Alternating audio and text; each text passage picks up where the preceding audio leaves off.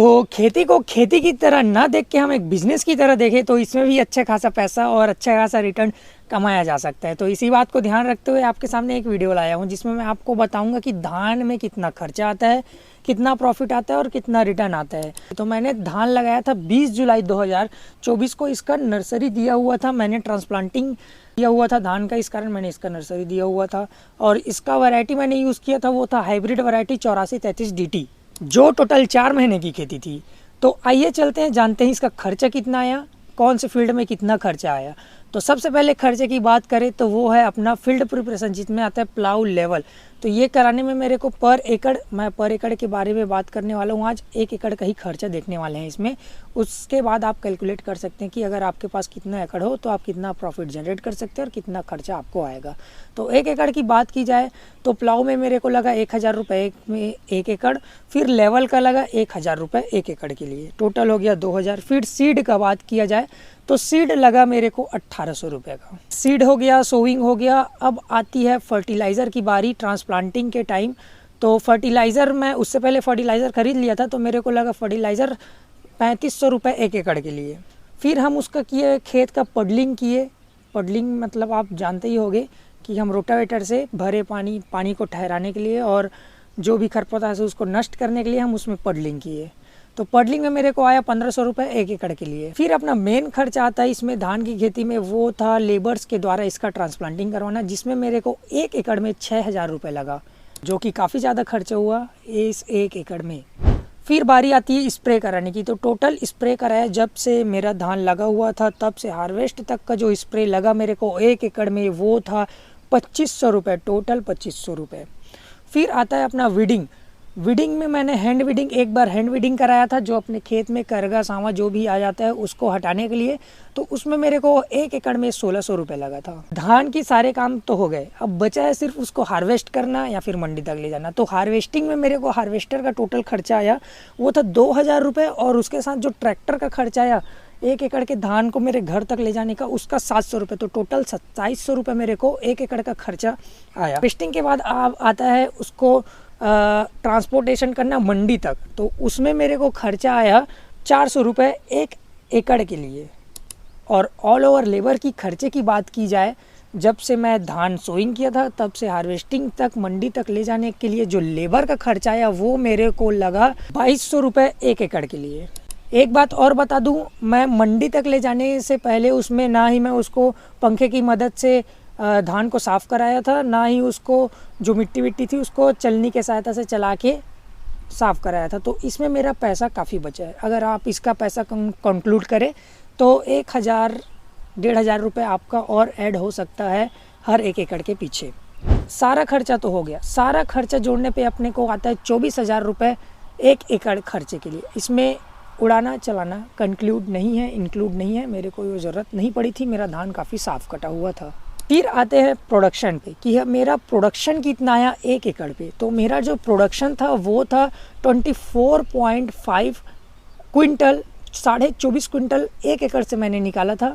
इसकी इनकम की बात की जाए तो छत्तीसगढ़ में अभी MSP चल रही है 2300 रुपये, ये MSP प्राइस है, मैं आपको बता रहा हूँ ये MSP प्राइस है। इससे हमें ज़्यादा और मिलती है जिसको हम बोनस के तौर पे अपने खाते पे लेते हैं। तो पहले MSP की बात की जाए तो अगर मैं 24.5 क्विंटल को 2300 रुपये के रेट के हिसाब से बेचूँ, 2300 रुपये भाव के हिसाब से बेचूँ, तो टोटल मेरा बन के आता है 56,840 रुपये।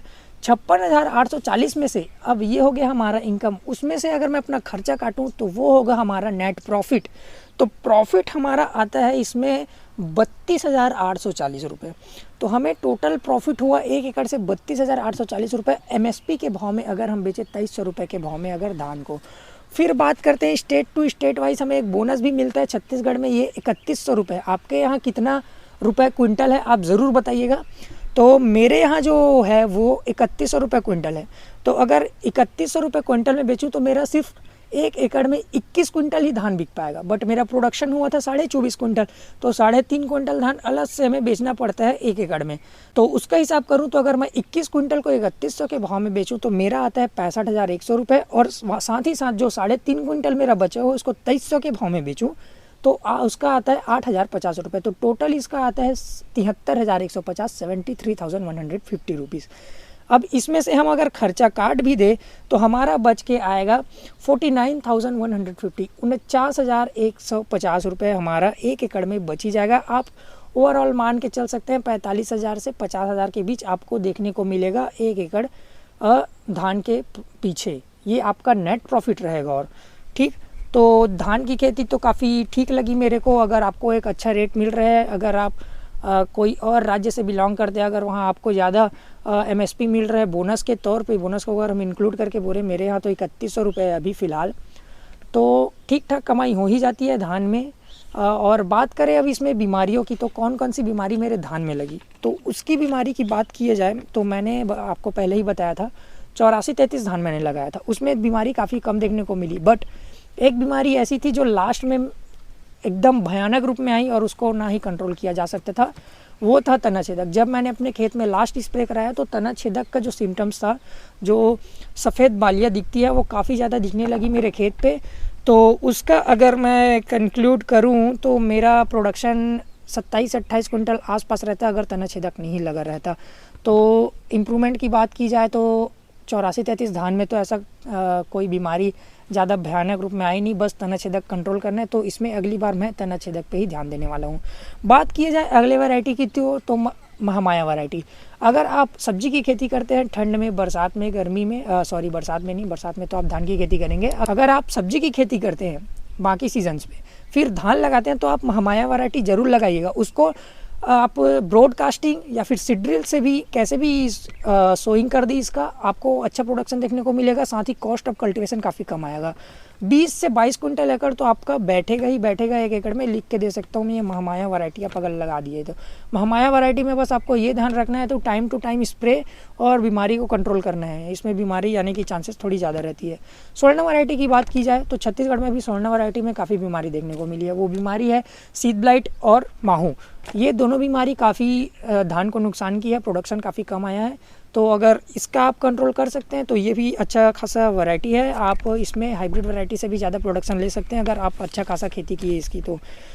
तो अगर आपको ज़्यादा रिस्क नहीं लेना है, बीमारियों से ज़्यादा झंझट नहीं लेना है, तो आप हाइब्रिड वैरायटी ही डालें, चाहे वो 84-33 हो या फिर 64-44 हो। ये दोनों में काफ़ी कम बीमारी देखने को मिलती है और साथ ही साथ इसमें प्रोडक्शन काफ़ी अच्छा देखने को मिलेगा। ये 30 कुंटल तक आपको दे सकता है। इसकी क्षमता 30 कुंटल तक है, आसानी से आपको 30 कुंटल तक मिल सकती है। मेरे को 27 से 28 कुंटल मिल रही थी, बट बात वही है ना, तना छेदक लास्ट स्टेज पे आया जो मैं कंट्रोल नहीं कर पाया। और प्रॉफिट इंक्रीज़ करने की बात की जाए तो आप कॉस्ट ऑफ कल्टीवेशन कम कर सकते हैं। मैंने लेबर्स के थ्रू ट्रांसप्लांटिंग की थी तो मेरे को 6,000 रुपये 1 एकड़ के लिए लगा था। अगर मैं वही ट्रांसप्लांटर के थ्रू लगाता तो मेरा 1-2 हज़ार रुपये 1 एकड़ में बच ही जाता। खरपतवार का बात करूं, मैंने हाथों से खरपतवार निकलवाया था तो 1600 रुपये उसका मेरे को लगा था 1 एकड़ में। तो मैंने दवाई स्प्रे नहीं कराया था एक भी हर्बिसाइड्स, इस कारण मेरे को 1600 रुपये 1 एकड़ के लिए लगा है। तो ये रहा सारा खर्चा, सारा प्रॉफिट और क्या इम्प्रूवमेंट की जा सकती है क्रॉप में, धान की खेती में। ये छोटा सा वीडियो आपके साथ साझा किया हूँ मैं। अगर आपको वीडियो अच्छी लगी हो तो इस वीडियो को लाइक, शेयर एंड सब्सक्राइब ज़रूर करते हो जाना। और ऐसे ही वीडियो और एनालिसिस के लिए इस चैनल को ज़रूर सब्सक्राइब कीजिएगा। मिलते हैं अगली वीडियो पे।